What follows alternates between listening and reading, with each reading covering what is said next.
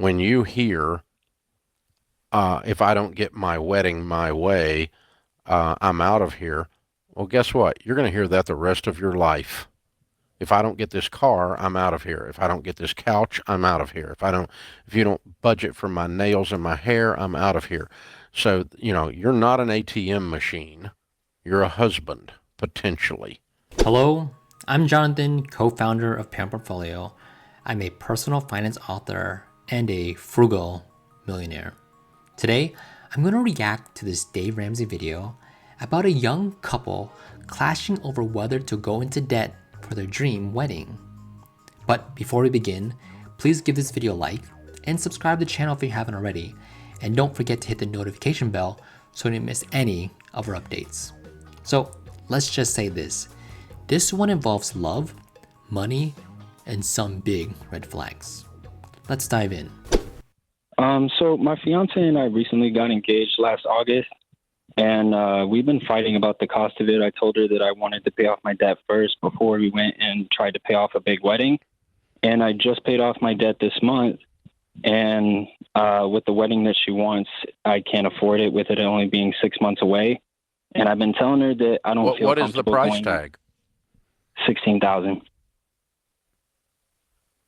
The price tag is 20,000, but she paid 4,000, so there's 16 left. I was telling her that I don't feel comfortable going back in debt, but I asked her to move it back. She said if the wedding doesn't happen when it's scheduled, just like that, there's kind of no reason for us to continue.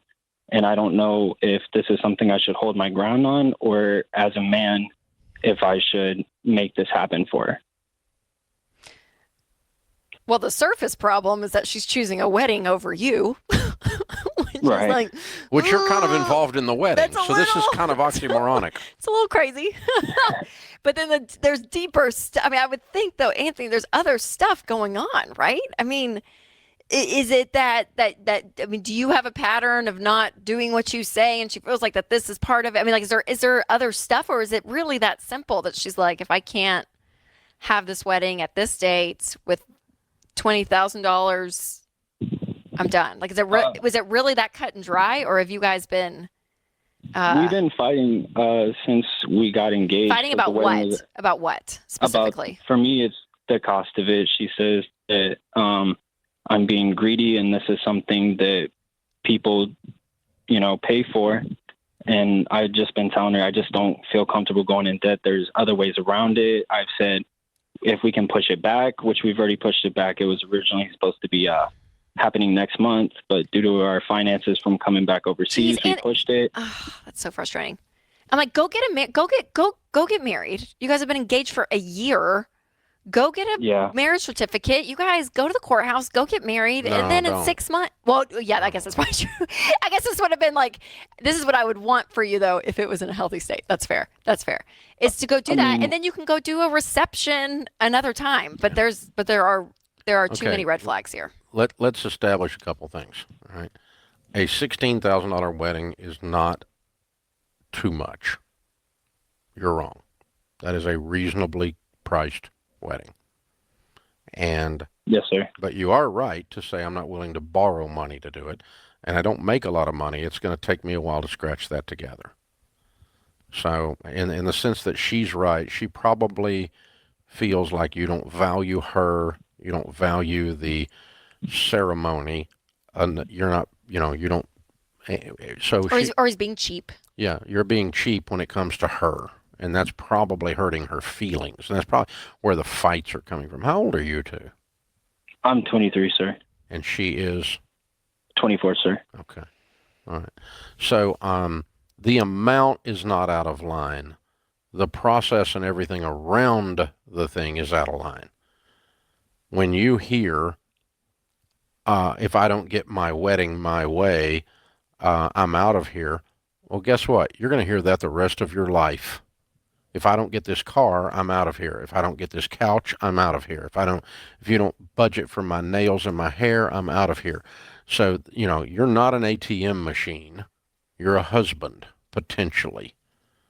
Okay? And it's not a matter of as a man. It's a matter of we need to be as two grown-ups in agreement and alignment of how we're going to live our lives. And if we can't establish that I'm not going to borrow money, and so if you demand that we do things that require that we borrow money, then we don't need to get married, because that's going to be inconsistent, and we're always going to be fighting, and it's not good. It's going to lead to another divorce or a divorce in the future. So we don't need to do that. So this is a classic case of money and relationships colliding. On one side, we have a fiance who's just paid off his debt and doesn't want to go back into it. On the other hand, a bride-to-be who feels like if the wedding doesn't happen the way that she envisioned it, the marriage might not be worth it to her. That's not just a financial problem, it's a relational problem. I agree with Dave on some important points. He's right that the issue isn't just the $16,000, it's the underlying attitude. If one partner says, if I don't get my way, I'm out, that's not about weddings, that's about control. And it will show up later in cars, houses, vacations, or even smaller expenses. Dave is also right that a $16,000 wedding, while not cheap, isn't outrageous in today's world. The bigger concern is whether the couple is financially and emotionally aligned. Where I would add more nuance is in how this conversation should happen between the couple. Dave was direct, almost blunt, in saying this is a red flag. I agree, but I encourage the groom-to-be not just to see this as a deal breaker, but as a wake-up call for deeper conversations.